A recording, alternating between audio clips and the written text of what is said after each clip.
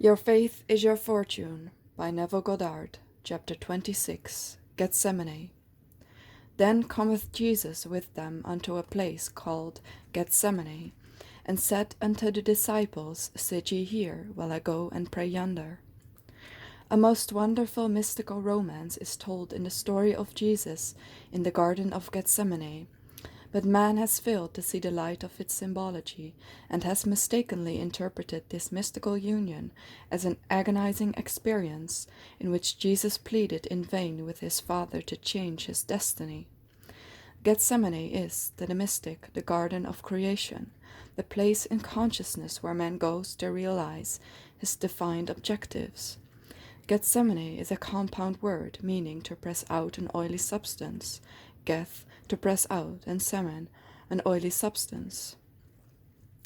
The story of Gethsemane reveals to the mystic in dramatic symbology the act of creation, just as man contains within himself an oily substance which, in the act of creation, is pressed out into a likeness of himself, so he has within himself a divine principle, his consciousness, which conditions itself as a state of consciousness, and without assistance presses out or objectifies itself.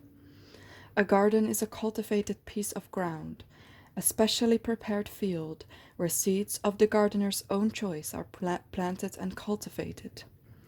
Gethsemane is such a garden, the place in consciousness where the mystic goes, with his properly defined objectives. This garden is entered when man takes his attention from the world round about him and places it on his objectives. Man's clarified desires are seeds containing the power and plans of self-expression, and, like the seeds within man, these too are buried within an oily substance, a joyful, thankful attitude of mind. As man contemplates being and possessing that which he desires to be and possess, he has begun the process of pressing out, or the spiritual act of creation. These seeds are pressed out and planted when man loses himself in a wild, mad state of joy, consciously feeling and claiming himself to be that which he formerly desired to be. Desires expressed or pressed out result in the passing of that particular desire. Man cannot possess a thing and still desire to possess it at one and the same time. So, as one consciously appropriates the feeling of being the thing desired, this desire to be the thing passes, is realized. The receptive attitude of mind, feeling and receiving the impression of being the thing desired, is the fertile ground or womb which receives the seed, defined objective. The seed which is pressed out of a man grows into the likeness of the man from whom it was pressed. Likewise, the mystical seed, your conscious claim that you are that which you heretofore desired to be, will grow into the likeness of you from whom and into whom it is pressed. Yes, Gethsemane is the cultivated garden of romance, where the disciplined man goes to press seeds of joy, defined desires, out of himself into his receptive attitude of mind, there to care for and nurture them, by consciously walking in the joy of being all that formerly he desired to be. Feel with the great gardener the secret thrill of knowing that things and qualities not now seen will be seen, as soon as these conscious impressions grow and ripen to maturity. Your consciousness is Lord and husband. The conscious state in which you dwell is wife or beloved. The state made visible is your son bearing witness of you, his father and mother, for your visible world is made in the image and likeness of the state of consciousness in which you live. Your world and the fullness thereof are nothing more or less than your defined consciousness objectified. Knowing this to be true, see to it that you choose well the mother of your children.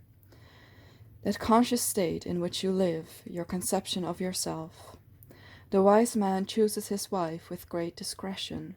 He realizes that his children must inherit the qualities of their parents, so he devotes much time and care to the selection of their mother. The mystic knows that the conscious state in which he lives is the choice that he has made of a wife, the mother of his children, that this state must in time embody itself within his world. So he is ever select in his choice, and always claims himself to be his highest ideal. He consciously defines himself as that which he desires to be. When man realizes that the conscious state in which he lives is the choice that he has made of a mate, he will be more careful of his moods and feelings. He will not permit himself to react to suggestions of fear, lack, or any undesirable impression. Such suggestions of lack could never pass the watch of the disciplined mind of the mystic, for he knows that every conscious claim must in time be expressed as a condition of his world, of his environment. So he remains faithful to his beloved, his defined objective, by defining and claiming and feeling himself to be that which he desires to express. Let man ask himself if his defined objective would be a thing of joy and beauty if it were realized.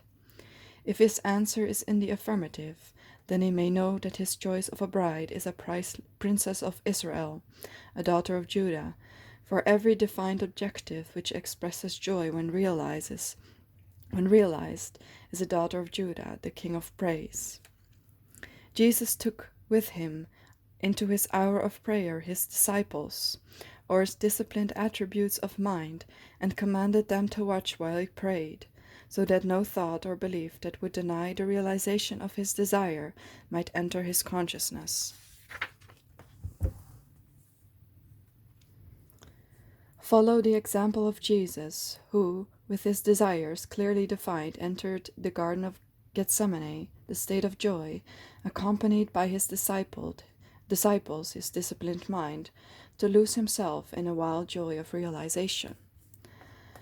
The fixing of his attention on his objective was his command to his disciplined mind to watch and remain faithful to that fixation, contemplating the joy that would be his on realizing his desire.